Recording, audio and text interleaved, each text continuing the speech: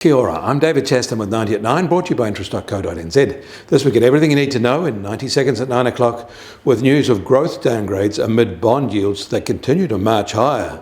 But first, and as anticipated, today's dairy auction was a negative one, with prices falling 3.6% on average in US dollar terms. That is on top of falls in two prior events, so they're down 4.1% since early March. But today's event wasn't as dire as analysts had feared. Whole milk powder prices fell less than the futures market had indicated.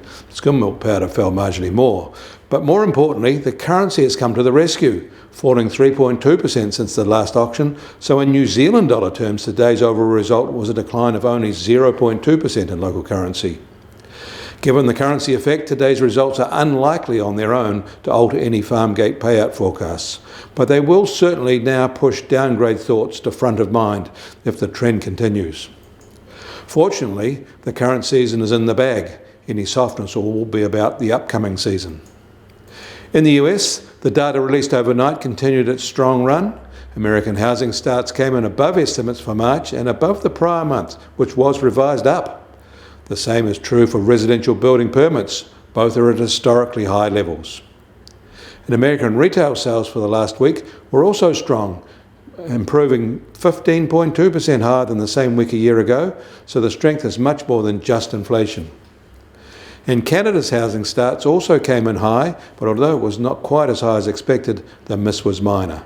But the Canadian housing market is showing signs it has topped out now. And Japan chimed in with an unexpected rise in industrial production, up year on year in February, but more importantly a rise from the prior month, which was much more than expected.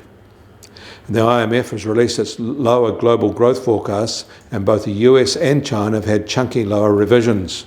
The US was cut from 4% to 3.7%, and China was cut from 4.8% to 4.4%. And in their case, amid intense efforts by state media to play down concerns about the country's slowing growth outlook. These lower estimates had an immediate effect on the oil price. And the US Treasury 10-year yield starts today up another 5 basis points at 2.91% and rising. And the price of gold starts today down $22 since this time yesterday at $1,956 an ounce. And those oil prices are down $5.50 a barrel at just under $103 a barrel in the US, while the international Brent price is now just $107.50 a barrel. And the Kiwi dollar will open today little change at 67.3 US cents. But against the Australian dollar, we're softer at 91.2 Australian cents. Against the euro, we're marginally softer as well at 62.3 euro cents.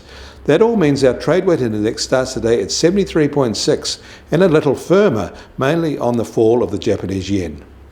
We welcome your feedback. Leave a comment below or on our website. Kia ora, I'm David Chaston. That was 90 at 9, brought to you by interest.co.nz.